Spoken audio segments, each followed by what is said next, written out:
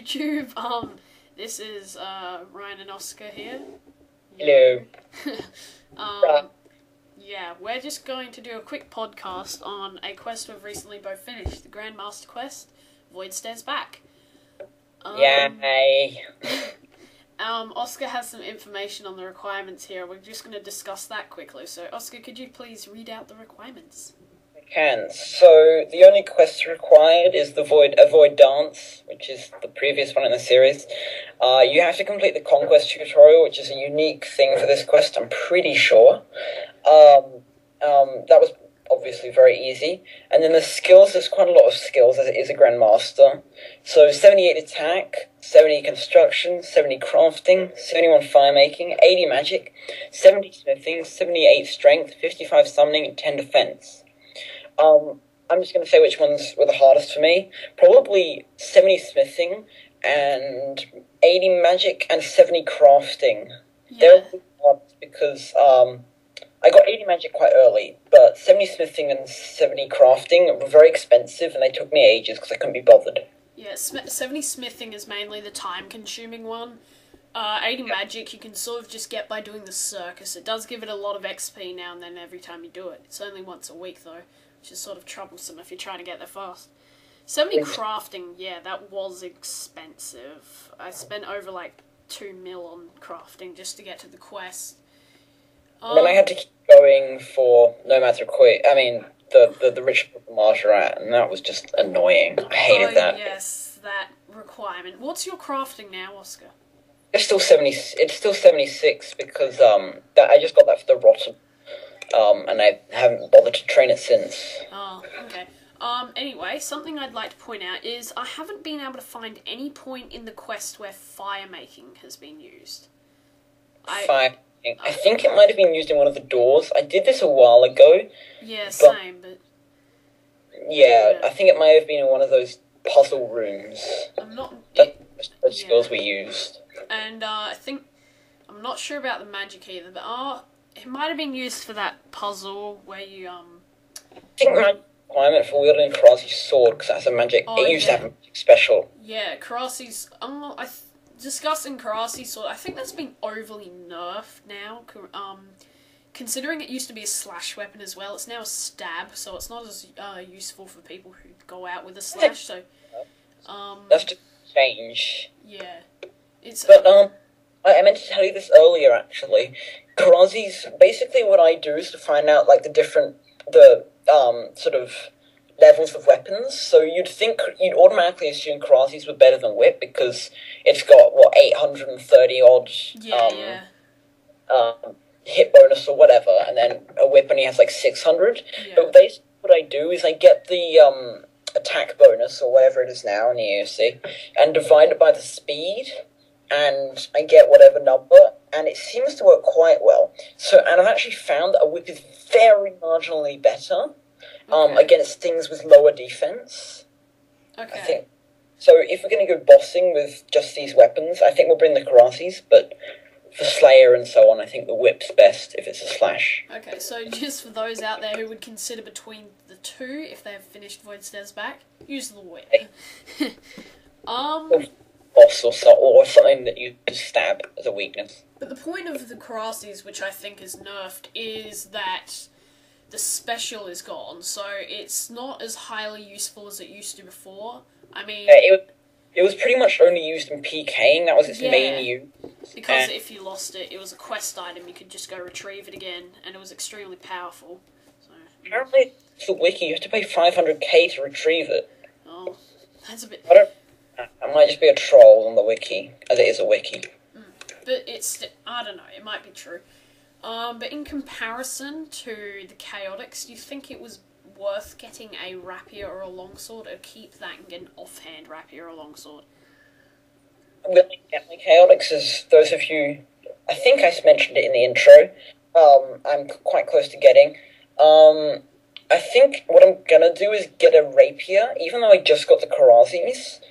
I'm just going to get... and use the Karazi's for, like, looks, I guess, with Void, because they look really cool.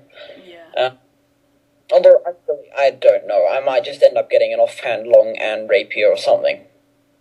Okay. Okay, anyway, to the next topic of this, the boss fight, the Pest Queen. Yes. Now, recently, I've been debating whether or not it's easier or harder in the EOC, because I did it back about 6-7 months ago from now. Obviously. And yeah, before the EOC. During that time, it's quite difficult still, as you had to bring a lot of brews and super restores and just practically tank it for ages and just continuously fight and fight and fight. And eventually you just got it down and out. Anyway, in the EOC, about a few days ago, Oscar I challenged him to see if he could kill the Pest Queen as soon as I said. And he decides to go kill it, and he just does. It's just dead. Wait, let me expand on that. We were having this debate about who is a better boss fighter, because we've had 2 disastrous attempts at Bandos. Even though we're easily high enough to kill him, we just somehow can't. So, and Ryan's the one that's died, I think, 3 times now at Bandos, and I've died. That was my point, that I was a better boss fighter than him. And then his point was he defeated the Pest Queen in, I think, 2 goes or something, and I hadn't even tried it yet. So he challenged me to do it, and I just did it, and he got owned. I was rather depressed. But then again, you did use a Death Touch tart on Nomad, so... Well, shut up. Don't tell them that. I'm going to try Nomad properly. Anyway, working up to the quest, any of you out there considering doing it, do you think the rewards are worth it? Well, I don't generally play quests for rewards unless they're a really boring or short quest. And this one, if you're nowhere near Chaotix, it's definitely worth it for the Karasis, because that's pretty much the only decent stab weapon for higher levels before Chaotix. Because before that I had to use a Leaf Blade, because there really is no other option. So in that respect, yes, if you're nowhere near Chaotix and you have low dunge, definitely go, that's a really good weapon to use. And the XP is pretty decent. It's 120k, I mean, that's not much, but for a quest it's pretty good. And it got me a level up in construction. Also, an interesting, well, it's not really interesting, but it's a good reward, is Elite Void Knight Armor. Void Knight Armor already is pretty good just if you're doing, like, I don't know, Slayer tasks and stuff, and Elite just boosts that quite a bit, especially if you're doing pest control. Which is kind of pointless, because, I mean, you get control. But... Oh, whatever. It's still, I like the look. You can get the deflector and the Karasis and everything and just look like Karasi, which is pretty cool. I mean, it's not that much better than normal Void, but it is nice to have, because it does have a +2 prayer bonus on both the top and the legs, I think. That is useful. Substantial EOC in the old game, that wouldn't have been that much, but in the EOC, prayer is actually really minimal prayer bonuses. So there are minimal prayer bonuses, so if 2 is pretty good, and the 10% damage boost. So that's nice. Just nice. Yeah.